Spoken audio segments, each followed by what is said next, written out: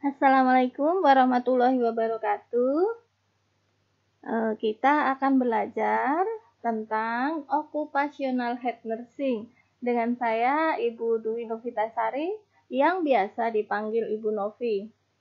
Apakah itu tentang kesehatan, keperawatan kesehatan kerja? Nah, kita sendiri perawat termasuk pekerja ya, tetapi yang akan kita bicarakan di sini agregat pekerja di masyarakat.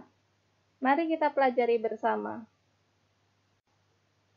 Tujuan pembelajaran kali ini diharapkan setelah mengikuti pembelajaran, mahasiswa memahami tentang apa itu konsep keperawatan komunitas pada agregat pekerja, kemudian faktor yang mempengaruhi kesehatan kerja, ada teori Triangle of Disease, kita akan memahami apa hostnya, lingkungan, dan faktor yang mempengaruhinya.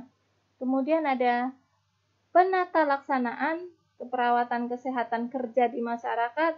Ada apa saja? Ada promosi, ada preventif, ya, sampai rehabilitatif.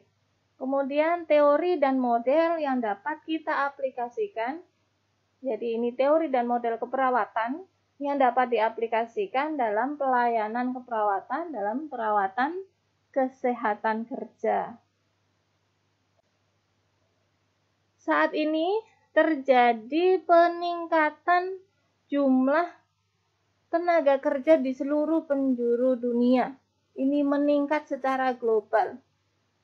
Menurut data International Labour Organization, saat ini ada sekitar 2,6 miliar angkatan kerja dan terus meningkat pada tahun-tahun berikutnya. Peningkatan jumlah tenaga kerja ini terjadi sebagai akibat meningkatnya jumlah penduduk di dunia dan kebutuhan pekerjaan yang layak untuk masyarakat. Indonesia sebagai salah satu negara yang sedang berkembang banyak mengalami peningkatan jumlah tenaga kerja juga yang signifikan. Berdasar data dari BPS pada tahun ini terdapat nyaris lebih dari 100 juta pekerja. Itu bisa terdistribusi di berbagai perusahaan dan instansi kerja. Pekerja ini merupakan salah satu kelompok dalam masyarakat yang berisiko mengalami masalah kesehatan. Ya. Ini berbagai jenis pekerjaan di dunia ya, tapi ini diambil dari Amerika. Mereka mengkategorikan ada di bidang informasi, government, real estate and leasing, art, entertainment, finance, dan sebagainya. Yang tertinggi di apa? Jumlah pekerjanya yaitu di healthcare dan social assistant. Ada perawat di situ, dokter, ya, aged care, farmasis, terapis, patologis, ya. Ada banyak sekali yang bekerja di industri healthcare. Kita tidak mengesampingkan itu. Kemudian berikutnya ada profesional, ada scientific, technical service, ada educational service, dan seterusnya. Penggunaan waktu oleh orang dewasa pada usia angkatan kerja, usia 24 sampai 55 tahun, kita bisa lihat terbanyak mereka adalah working. Berarti mereka menghabiskan waktunya bisa di lokasi kerja. Rata-rata dari survei ya, aktivitas yang terkait dengan pekerjaan dan dia bekerja sesungguhnya itu sekitar 8,6 jam. Hal ini bisa meningkat bahkan sampai 12 jam pada kondisi-kondisi tertentu. Kondisi dengan target yang banyak, pekerjaan yang masih menumpuk, seperti itu. Untuk waktu istirahat lebih kurang dari waktu bekerja, kemudian makan minum sehari hanya 1 jam ya. Untuk rekreasi sport ini relatif 2 sampai 6 jam. Pekerja ini berisiko mengalami berbagai masalah kesehatan.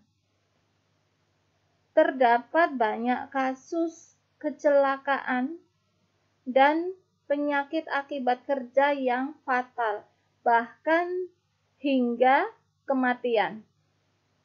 Misal bekerja di industri bangunan, walaupun sudah menggunakan sepatu boot, kemudian helm, mungkin kacamata Google, sarung tangan, ya, pekerja bisa saja terjatuh. Itu hanya kecelakaan kerja. Bagaimana dengan penyakit-penyakit akibat kerja? Low back pain, kecemasan, insomnia, hipertensi, itu adalah penyakit-penyakit akibat kerja.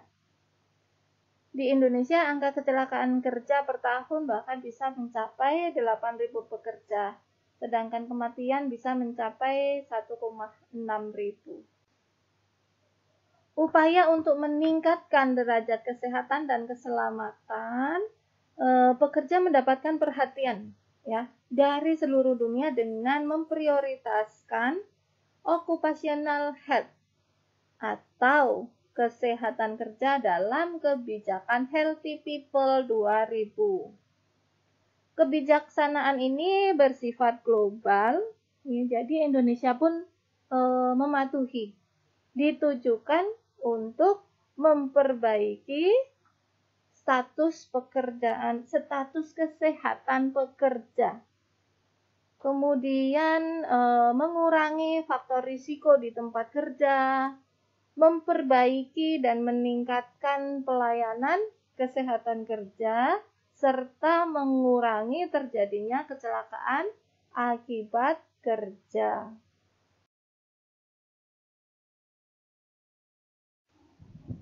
Oke, berikutnya kita mulai masuk tentang konsep keperawatan komunitas pada agregat pekerja.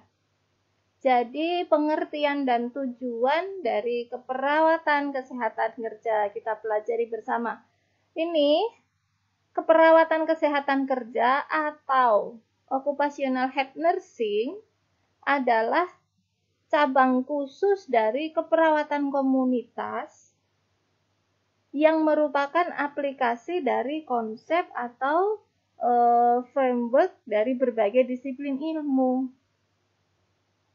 Bisa keperawatan, kedokteran, kesehatan masyarakat, ilmu sosial dan perilaku, hingga prinsip-prinsip manajemen. Ini bertujuan untuk meningkatkan dan memelihara status kesehatan pekerja serta melindungi pekerja dari kecelakaan kerja dan faktor risiko bahaya di tempat kerja. Ini istilahnya adalah health hazard bahaya. Dalam konteks lingkungan kerja yang sehat dan aman. Ini menurut American Association of Occupational Health Nursing. Jadi, konsep tentang keperawatan kesehatan kerja ini adalah aplikasi framework, ya, dari berbagai disiplin ilmu. Tadi apa saja? Ada keperawatan di situ, ada kedokteran, ada kesehatan masyarakat, ilmu sosial dan perilaku, hingga prinsip-prinsip manajemen. Tujuannya ini tadi, meningkatkan dan memelihara status kesehatan pekerja. Pekerja ini sebagai agregat, bekerja atau menjadi seorang pekerja itu adalah salah satu tugas perkembangan manusia dewasa. Bekerja adalah tuntutan peran sosial dalam kehidupan manusia yang harus dilaksanakan oleh semua orang. Sehingga ketika memasuki usia dewasa, semua individu melaksanakan peran sebagai pekerja. Jadi ketika sudah dewasa, ini ada peran sosial yang harus dilaksanakan. Sebagian besar hidupnya adalah bekerja. Ini sudah budaya, norma, nilai di masyarakat. Selain sebagai tugas perkembangan, untuk mendapatkan penghasilan, Bekerja juga bisa sebagai sarana mengekspresikan diri.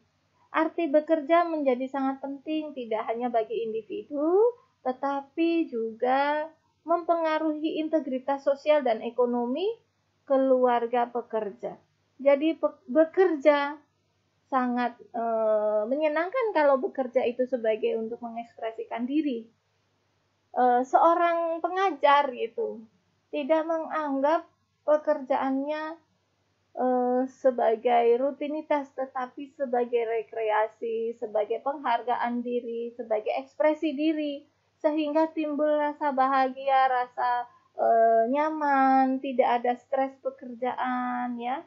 Apalagi yang sekarang tren di profesi anak muda, YouTuber, artis, ya. Sepertinya itu pekerjaan yang benar-benar mengekspresikan diri, tetapi bukan itu maknanya ya, mengekspresikan diri. Ada kepuasan dalam bekerja, itu adalah bentuk mengekspresikan diri.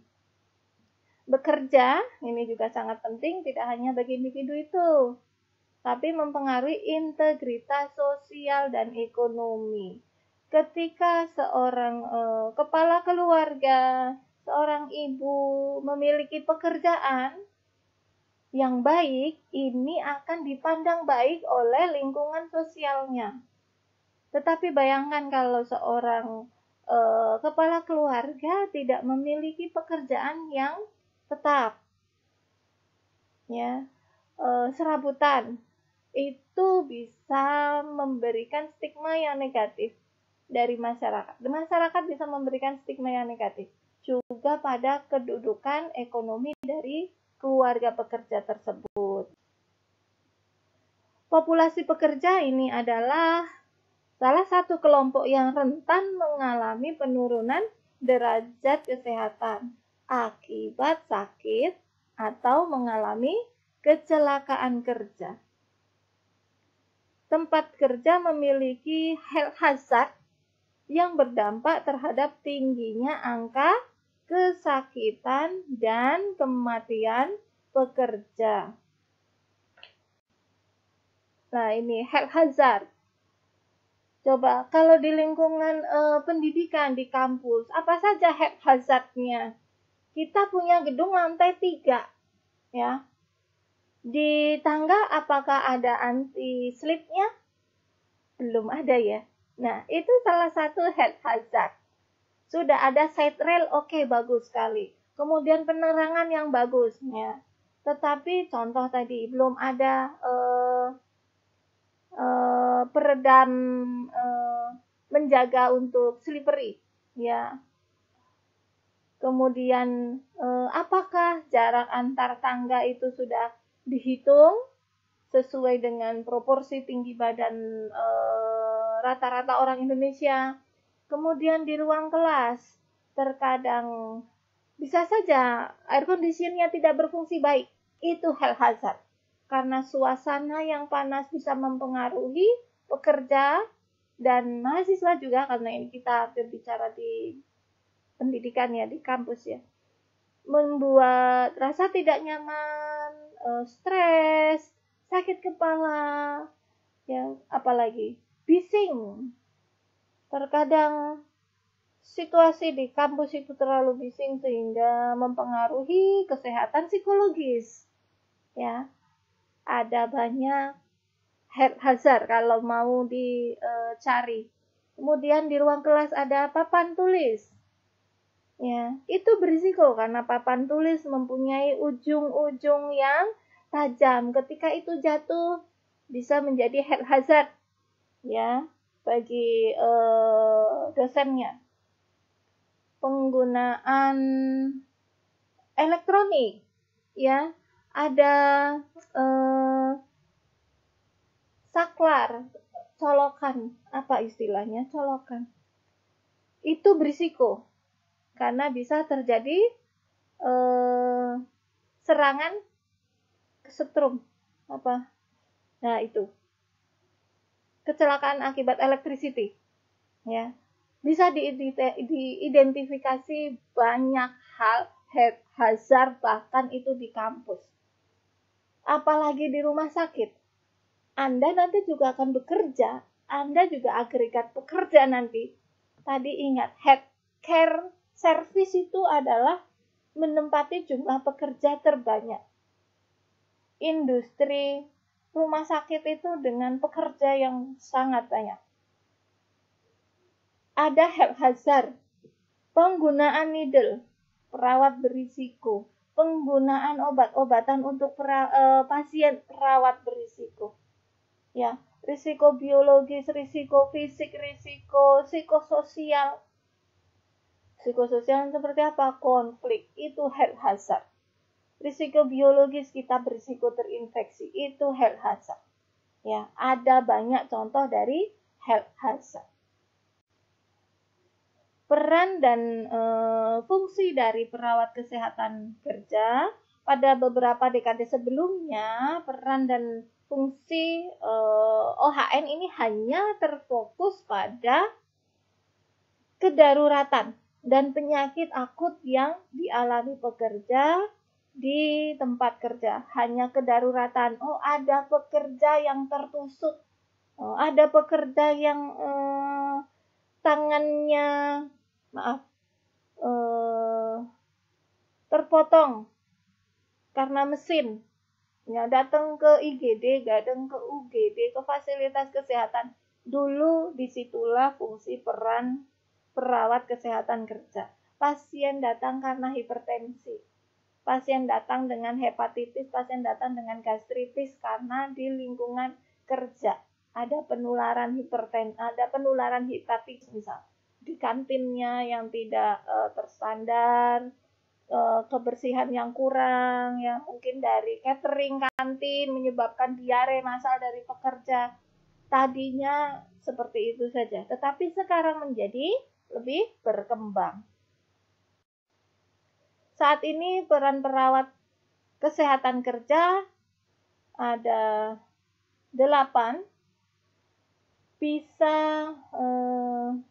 sebagai pemberi pelayanan kesehatan, sebagai penemu kasus, pendidik, kemudian pemberi layanan konseling, manajemen kasus, konsultan, dan peneliti. Karena ranah pekerjaan perawat banyak. Perawat pendidik ada, perawat pemberi layanan di industri kesehatan banyak. Sebagai researcher banyak. Advokator itu termasuk dalam nanti sebagai pemberi asuhan layanan kesehatan. Fungsi dari perawat kesehatan kerja, maka berdasar poin-poin dari perannya, fungsi dari OHN adalah melakukan supervisi terhadap kesehatan pekerja, melakukan surveillance terhadap lingkungan kerja, mencegah terjadinya kecelakaan kerja, mencegah terjadinya penyakit akibat kerja. Berikutnya juga ada penata laksanaan penyakit baik yang berhubungan dengan pekerjaan, kecelakaan di tempat kerja, serta pelayanan kesehatan dasar. Mengatur dan mengoordinasi upaya pertolongan pertama di tempat kerja. Perawat melakukan ini, mencegah terjadinya kecelakaan kerja, memberikan advies, saran untuk menurunkan risiko-risiko kecelakaan kerja dan penyakit-penyakit akibat kerja. Sampai memberikan pelayanan kesehatan dasar. Ya, pasien mengecek secara rutin, misal tekanan darah, berat badan, ya itu tes-tes pelayanan kesehatan dasar, melakukan pemeriksaan, kemudian memberikan advies, ya. Fungsi yang lainnya, melakukan promosi kesehatan dan pencegahan penyakit di tempat kerja. Perawat dapat memberikan edukasi dengan flyer, ya, atau langsung promkes, melakukan konseling pada pekerja.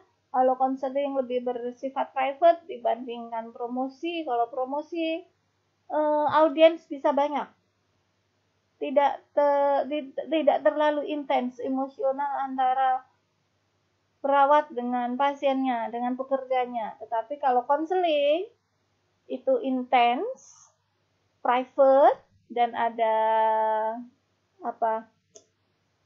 empati yang lebih. Kemudian melakukan upaya rehabilitasi untuk pekerja yang kembali bekerja setelah mengalami kecelakaan atau pasca dirawat di rumah sakit.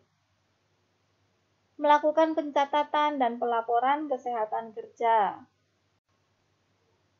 Fungsi lainnya melakukan penata laksanaan terhadap manajemen pelayanan kesehatan kerja, termasuk menetapkan perencanaan, pengembangan kebijakan, pendanaan, hingga staffing.